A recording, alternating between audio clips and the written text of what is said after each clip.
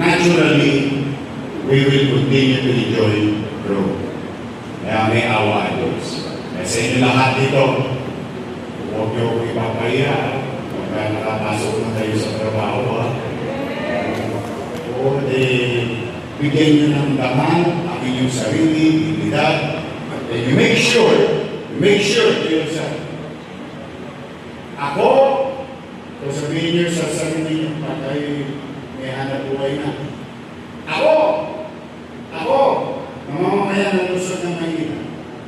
Nabigyan ng pagkakataon ng pamahalaan ng Luzon na ay kakailanganin sa upay niyo. That must be your attitude. Kailangan. At kung sakasakali may nakalulot kayo, may natutunan kayo ng paghahanap buhay, piliin kong mabuti sa paghahanap buhay na itatay ko.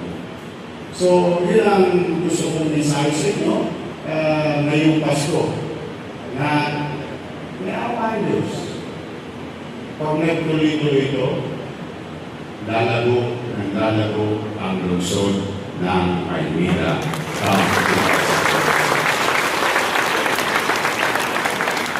Napansin nyo ba?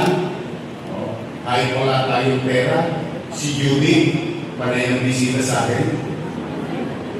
Kilala niyo ba si Judith, no? Casey Atreta, Judith. Pero, sa katapusan, sa December 30, magugulat ako sa inyo. Remember, yung pumasok ako sa gobyerno, may iniwan sa aking commercial obligation.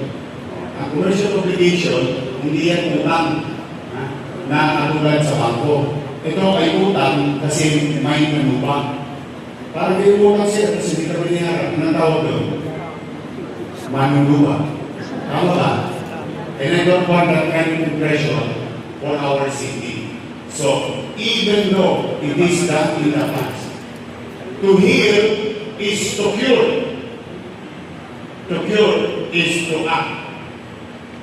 So that's why, during the 100 days, may report ko na sa taong bayan, out of 10 billion, nakabayan na ako ng 31%. That's 3.1 billion pesos. Plus, yung utang ko naman, yung utang ko, di ba yun ang ano nila sa akin? Ang tawag yan? Ay, ano yan? Ang pabalik! Yan ang ano nila sa akin eh. Yung utang sa ako ng gobyerno ng Maynila, hindi napatid